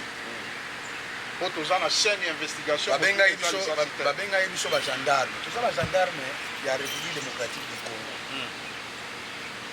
ya patrie na bisika nyonso tozali place nyonso tozali tozorepresente mboka na biso moto adécouvraki eloko oyo eza monsieur Eric Bolisoro adécouvraki yango akendaki mpe makambo na ye na gouvernorat ameki abwaki liso amoni eloko mo eleki naza na besoin ya papier wana nga aza membre ya communauté abalakisi nakokanga ngo te odin promesa te atindelinga wow eno vie tala place na utaki tala makambo mosusu na yo okuta kuna eza nde boya Eric bimisango na communauté Eric abimisa na WhatsApp wow boro nde omoni na makele wana ebimi après sikoyo monsieur Dan vraiment akende kokosa biso na bainterview azoloba oyo eza kaka groupe kaka basali groupe nalandi badéclaration na bango mosusu balobi ke bango nde bazochapeauter ayowa mobimba donc des moines Waterloo CUCD donc baville nyonso oyo petit bob mpe ayebisaki nga ke mpo nga nayebi na nga te nanga biloko ebele te eza 99 ville donc bino basotoproclame na bino baprésident ya communauté congolaise ya ayowa motu moko te baponi bino bosotoproclame ale biso te tondima bino na ndenge wana tondima bino na ndenge wana te bon sikoyo papa Roger Mwanza toza na chaîne investigation balobi motuna eza lisasi mpe tolingaki to aborde basujet mosusu mais sujet oyo ekotisi biso vraiment na kati ya profondeur ya makambo oyo tokokoba bandeko oyo bozolanda biso bajour mosusu ezokoya par rapport ya bainformation makambo oyo tokoki koloba mais na ntango oyo makambo oyo déjà balégalize bango bazwi personnalité juridique bino etant que communauté oyo botikalaki mpo boorganize baélection omoni te ke quelque part eza lokwa moto batielaki yo biloko kolia mpe mbala moko balongoli sani otikali na kwanga na loboko papa Willy merci ya lisese na yo yango nazorépondre ke les autres ezocontinue kaka touti kosala ensemble moko ya mikolo kaka juste mpona korégulariser statut la communauté biso toyebi oyo biso tozali nga nazalaki te nakendaki CUCD babengisanga mpe na famille ya CUCD à ma grande surprise basali ensemble basali ordre du jour na bango il y a quelqu'un oyo alinga kose porter garant na makambo nyonso amonaka ke ye aza danger tala aire mokoko soki toki toaplike kiyanke tokoaplike kiyanke te na mboka oyo ata bakangi nga nakobima na nga nakobima kasha aye kosimpose apesa ordre du jour na ye na ndenge na ye kasha il est qui il est membre si il est vrai aza congolais donc il faut se fléchir devant la décision oyo batu biso toponaki bamema biso na baélection il faut se fléchir devant bango mais eza mibeko oyo eza na kati ya statut nde eza en vigueur jusqu'à présent bien sûr mais il faut pas respecter yango jusqu'à ce que bakomodifier l'assemblée qui s'est décidé ya komodifier baarticle oyo ozomema biso na badivergence ya est et ouest mais jusque là ces articles ne sont pas encore modifiés bamodifie yango déjà yango nde sikoyo assemblée wana esalamaki mpo tozala bafaire face na babiloko oyo bamodifie neti ya bacotisation biso tokotizaka te sikoyo or tout membre oyo aza na droit kopose candidature il faut azala en règle de cotisation or personne n'est en règle de cotisation tout ça c'est pour réorganiser les groupes ozomona yango tolongoli article wana tolongoli mpe article oyo ya est et ouest ezomema biso na rien nous sommes dans la famille il faut tose respecter famille yango tozosala bozwa na bakroka jamais mpona mais se kasha aye ono mpona ngai nazosenga nanu nkumu adémissionné et puis basala remise et reprise basala remise et reprise avec na revenir voilà na revenir siko na lisolo oyo ya conseil d'administration le monsieur est toujours kasha tango tovotaki monsieur Dan comme président du conseil d'administration et bango bazaki inclus na kata conseil d'administration pourquoi badémissionnaka te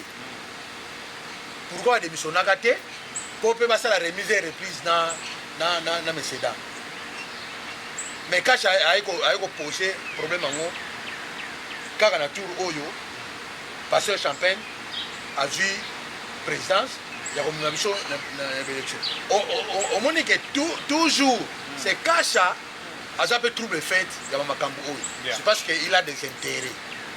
Bon, vraiment papa wana olobi tokei mpena na komi na suka ya émission na biso par rapport ya makambo to aborde kozwa temps lisusu ya koéclaircir opinion parce que révélation oyo touti kozwa sikoyo eza révélation ya makasi oyo vraiment totunaki mituna na président ya conseil d'administration oyo ya bureau elekaki na nkombo ya Dan Mwamba oyo apesaki biso makanisi na ye koloba ke oyo ya bango ezali communauté te ezali justement groupe oyo bango basali mpona korefléchir kotala ndenge nini makambo tokokende na ndenge ya malamu mais ndenge oyo tolobaka toujours na kati ya baémission na biso ke lokuta ezali ennemi ya lokuta eza mikolo alors lelo toye komona mokanda oyo ezokolakisa biso réellement ke il y a déjà une autre communauté en bonne et due forme oyo eza déjà composé structuré na kati ya papier alors tolingi mpe tozwa baréaction lisusu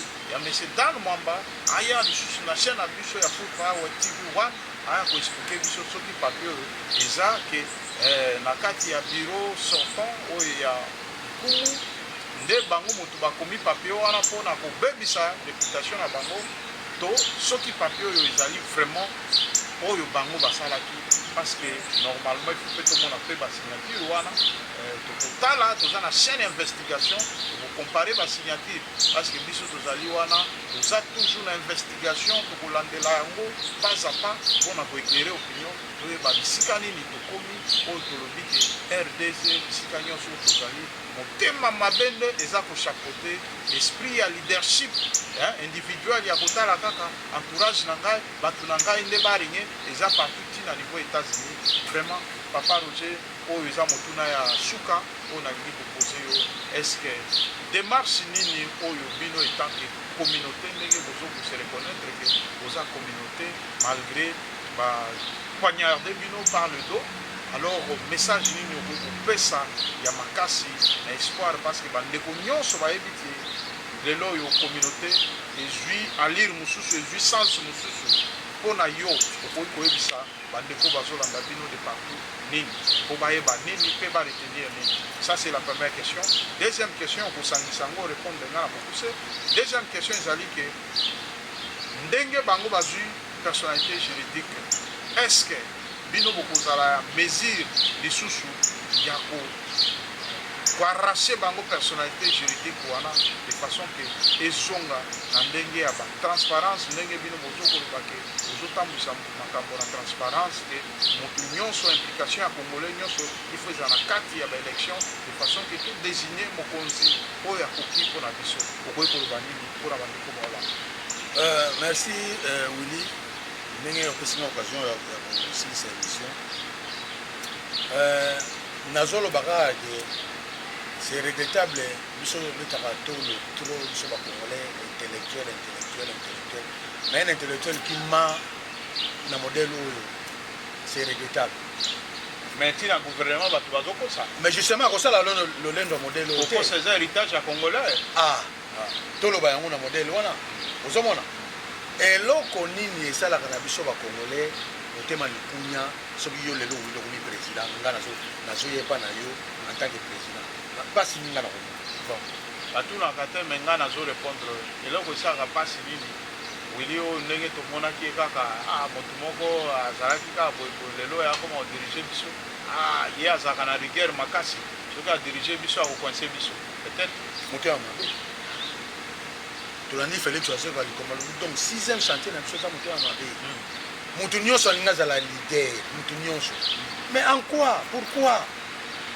pourquoi biso nyonso todiriger ensemble pourquoi le fait ka eloko bango basali lelo oyo dana azoloba nini ke l'autre groupe la ya nkumu aza na groupe te nkumu alesaka motu te biso tokokuta groupe yango okuta biso toye kosadere na groupe wana mpo biso na susi ya kotombola Congo mais abengaka bato te ke o groupe wana ya nkumu te bango nde bato babimi bakesala groupe na bango groupe bamike nkumu aza leader na biso te soki olandi nkumu aza leader na biso te qui est le leader jusque là qui est le leader puisque nanu jusque là tokoni na élection te ezali franchise na biso tozotelemela bango na mabe bango bazosala l'autre ndimi donc sikoyo tokomisa nkumu nani ennemi na biso oh mais eza motu tokomisa ennemi na nini na raison nini alenga mbongo te ebongo kasha bokomisa ennemi kasha mpe aza ennemi na nga te kasha eza ennemi na nga te soki tokute topesanaka mbote aza ennemi na nga te mais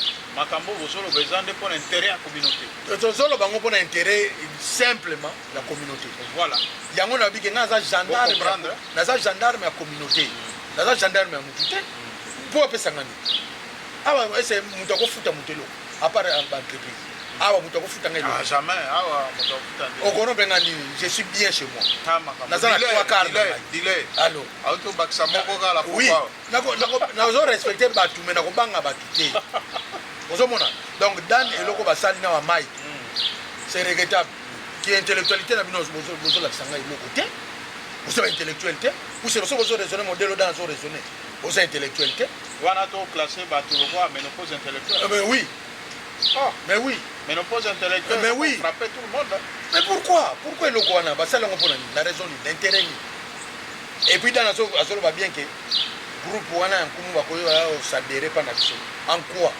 osadere mpa na bango en quoi donc COCD bakosadere mpa na bango Waterloo bakosadere mpa na bango des moines bakosadere mpa na bango ça c'est blague avec les gens ozomona ngai appel na nga ezali na bato bazocomprendre ke eloko bango basala mpona intérêt na bango propre bazolinga bazwa ba aide financière quelque part lokola baza lokoso na groupe na bango tout le monde qui est là bayebani baventure bango balingi basala bayebani lokola balingi baluka ba aide financière na mitu ya bato nga na mutu na nga bakoshango et mutu nyonso oyo azocomprendre eloko tozosala biso nyonso topasala bagroupe na Kinshasa topasala bamutualité toyebi ndenge ezalaka soki famille eza mpena famille toyebi ndenge ezalaka et j'appelle tout le monde oyo aza na bagroupe na bango baya biso toyebi le seul groupe oyo nkumu aza kodirige na kasha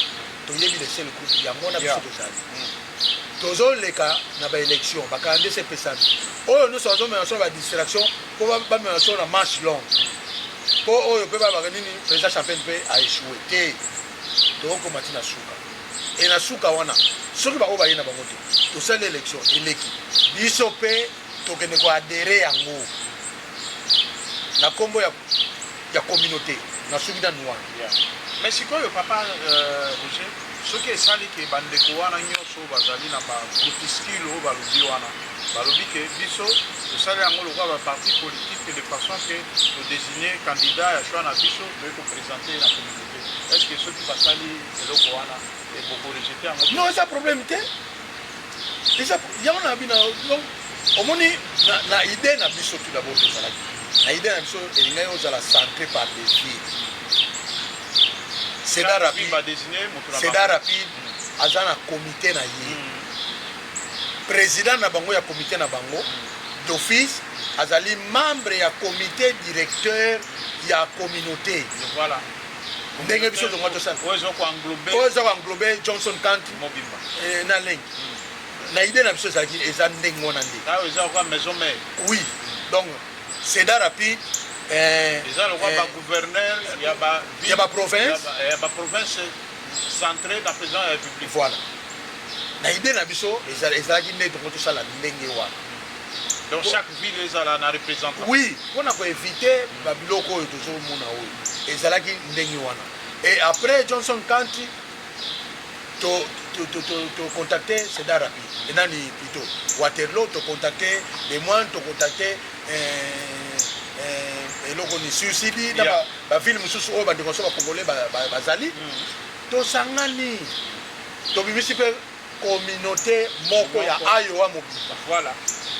L'esprit na biso ça. Mais sikoyo soki s'avérer que bango ba vu majorité ya ko influencer ba ville wana nyonso.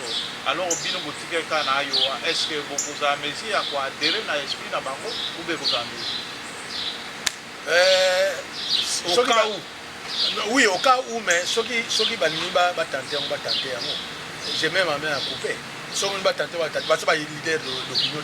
Non, admettons que Simbi. Et que Simba te, pour passer leader d'opinion. On fait exemple. Exemple, nous allons répondre. Et que Simba te. Donc au cas où ici. Et que Simba pété. Papa, comment ça va péter Tchad? Et que Simba te, pourquoi bien Simba te? Je pense que nous sommes là pour mener campagne contre Bango. Nous allons tenir tête. Nous allons mener campagne contre Bango. Tout le monde au bazar, on a ceux qui va bazo kanisaki. Bango de bazar leader d'opinion. Ah on a Iowa bazo cause. Mais papa, au moins neti administration américaine, on a makambonet qui a même pas procès donc abata et belé wa. To démontrer Bango. Ozomona que na ba retard wana ezo bakisa biso peka ba mikolo ba biso en retard. To démontrer Bango. Malgré retard. Et to démontrer Bango. Nazo bana o naza sûr nango. Oh, ça avocat kuna rien. Je te dis la vérité là. Awa, vous avez rien le médecin. Chirurgien azali. Dentiste azali. Oh, peut chaka nécessite azali. Par contre, ça vient au docteur. Mais yo za côté anesthésie. Nasa côté. Sikoyo, bango pe avocat ba ali. Spécialiste en matière d'immigration azali. Avocat ba chaka na mapa ou bien avocat. Qui avocat bon. Na pesi bango nini na bango. Avocat. Ah oh, avocat juriste. Avocat oya aza chargé ya immigration azali. Avocat oya chargé ya ba divorce azali. Et avocat aza chargé et ça ba domaine ebele. Alors oyo ya bango sanga pour la titre avocat OK, vraiment. Na kosamba na yo nga pe na ju avocat oyo na domaine wana. Voilà. To kosamba. Oui. Et ça normalité. Non, ça mboka. Et ça normalité. Mboka liberté. Nani wili. Tozo la intérêt ya mutu te. Tozo la intérêt ya mboka na biso. Dan atika kolobake. Ces gens-là, les groupes là, les Nkumu viendront s'adhérer. Donc les adeptes de Nkumu. Les adeptes de Nkumu. Nous sommes les adeptes de Nkumu. Eh, on a ndengane na lobi. Vous comprenez? Puisque ceux qui biso to loba na Nkumu te Nkumu pe vandite. Yeah. Nkumu ba so continuer ko diriger. O bango pendant to longola 7 ans nga donc. Lelo 17 ans, to soit 10 ans. Pendant 10 ans bazalaka pona ko démystifier Nkumu. Bazalaka. C'est ça. Bazalaka. Et puis pendant 10 ans wana nanyango ben sanga mon colonie nango saki courage il y a quelque chose personnalité juridique mais bango basali. Sur quelle intention? Voilà. Mais alors, yango nazo senga na bandeko nanga ba congolais. Ba petit nanga nyonso tala bango. Ba petit nanga nyonso oto zalaka na bino. Ezala ya Tyson, ezala ya Mana, ezala ya PNG, ezala ya NAS. Bandeko nanga. Tozolo pour l'intérêt ya Congo. Donc pour l'intérêt ya Congo, donc l'intérêt pour l'intérêt personnalité. Bandeko nanga bo s'adhérer na ba dissident wana te. Bakolia na mituna bino. Bakolia na mituna bino, bakoya osa makemba na mituna bino. Boyoka bango te puisque lelo balobi ke basali groupe na bango. Bon, lokola oyo akala ezalaka na adresse te.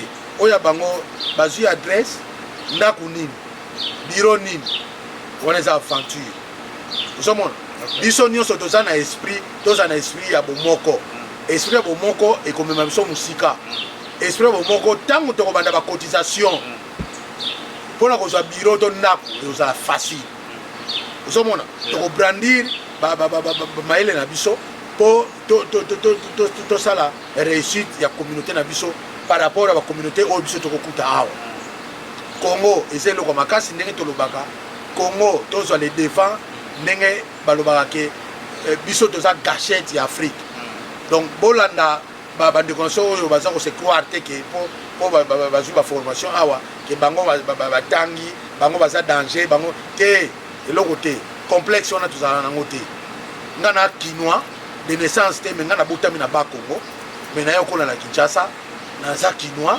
naza mwana kine nakolinga te moto ainfluence nga po biso mpe tofandi na babiloko yango na Kinshasa ozomona brutalité toza nango ere moso meminga na discipline ya se naza nango donc nayeba korespecte motu mais na niveau oyo badan oyo na bamike badani balingi bamema biso yango te bajean musenga banga mema biso yango te bajean-luc niveau nga mema biso yango te wana tokomi na suka yango te donc nazosenga na bino tokomi na suka toluka tovanda tosolola tosangana ndenge communauté ezalaki tokende yango liboso mpo bamikolo nyonso bazokima mpo buzoba eleki na bandeko nyonso oyo tozobenga président conseil d'administration ya nani oza doyen te les doyens sont là plus âgés que toi et soki tobi tosala mpenza conseil d'administration ye okozala président conseil d'administration te dana voilà bamikolo bazali oyo bakozala les bons conseillers bazali tokomi na suka respecte toi dana tokomi na suka émission na biso bandeko nyonso bolandi tosaleli bino kaka mosala biso toza au milieu du village ça veut dire que ntango mosusu mpe na communauté na côté ya président Kumu babandaki koloba na biso ke toza na bapension non biso tozalaka na pension te nakanisi tosali émission na kulutu Roger Mwanza oyo apesi biso makanisi na ye par rapport ya ndenge azokomona makambo ndenge nini ezokotambola biso mpe étant que chaîne d'investigation tribunal topose mpe baquestion par rapport ya makambo ndenge nini ezokoleka tosengi mpe droit de réponse lisusu na ndeko na biso dan aya kojustifie bainformation oyo tomoni awa parce que makambo oyo ayebisaki biso oyo tomonaki na kati ya baaudio même bastatut consort ezocorrespondre na oyo tomoni awa te ça veut dire que makambo oyo ya kolakisa biso ya comment dirais-je ya comité ya sika na Congo oyo ezokorepresente communauté mobimba ya Iowa nde bango baorganize structuré toye koremarke qu'il y a trop de failles motu moko ase répété 3 fois ase représenté 3 fois mosusu 2 fois donc vous savez wana vraiment ezali malamu mingi te donc aya koexplike biso parce que tomoni kombo na ye na kati biso étant que chaîne d'investigation togarde yango sous réserve parce qu'on ne peut pas confirmer parce que motu mosusu mpe akoki kobeta na machine na ye kpaka asali makambo mpe atie bakombo ya bato tolobi na papa na biso Roger Mwanza toza na besoin mpe ya signature tomona signature oyo eza ya nani mpe tokoexhibe biloko wana nyonso na télévision de façon ke oyo eza chaîne na bino chaîne d'investigation bolanda makambo nini tozosala mosala nini tozokosala na kati ya communauté de façon ke biso toza wana kaka mpona koservir bino na kati ya transparence topesi bino mbote esika nyonso oyo bozwami je salue toute ma famille na salue lisusu bandeko na biso bamétisi oyo baza discrimine na république démocratique du Congo oyo baza kopesa baloi ya discrimination par rapport ya bandeko na biso kozwa mpe kaka papa na biso na mikolo eza koya akopesa mpe makanisi na ye par rapport ya situation wana ya loi ya Noël Chani oyo ezokolobela etie vraiment makambo makasi na kati ya mboka tokolobela yango vraiment papa soki oza na 2-3 personnes oyo kopesa mbote pour l'instant po tokaba merci Willy na opportunité opesinga lisusu mpona lelo nakopesa mbote na communauté congolaise mobimba ya Iowa comme état nakosenga kaka bolingo toza na intérêt moko te ya kofinga mutu toza na intérêt moko te ya kosala soki mabe nini mais intérêt na biso ezali mboka ntango toye na mboka awa tozo représente mboka esengo na biso ezali ke mboka na biso to représente yango na ndenge ya bosolo na ndenge ya aventure te na ndenge ya kowelana te puisque eza na intérêt moko te personnel oyo tozowela awa tozowela intérêt commune intérêt commun ozomona alors nakosenga na kasha ozalaki vice président odirigeaki tika mpe baninga badirige oya na mvuya teke oyo akobebisaka bamakambo puisque bino okoma kaka ke soki tokomi na période ya élection bino kaka nde boyaka na babiloko wana kobebisa bato ya bamakambo nasengi na yo un peu de réserve oza mutu osali tokoma binemi te mais plutôt topesa mpe chance na bato mosusu mpo boza éternel te boza baintellectuel bino moko te on est tous des intello alors bopermettre mpe bato mosusu babrike baposte wana badirige mpe bomona mpe façon mosusu oyo bango bakoyela nango napesi mbote na madame nanga mama leli basima bikalu mwanza napesi mbote na famille Eric Bolisomi napesi mbote na famille Kasongo Djibu napesi mbote na famille ya Jaguer sans oublier Willy Bikoli sans oublier Alain Madje voilà makambo mariage pe tobosanaki mariage eleki ndenge nini ya napesi mpe mbote na chef nanga oyo abali mwana nanga Pierrette Ngombe Chuck Mogler bokilo na biso manager ya Tyson vraiment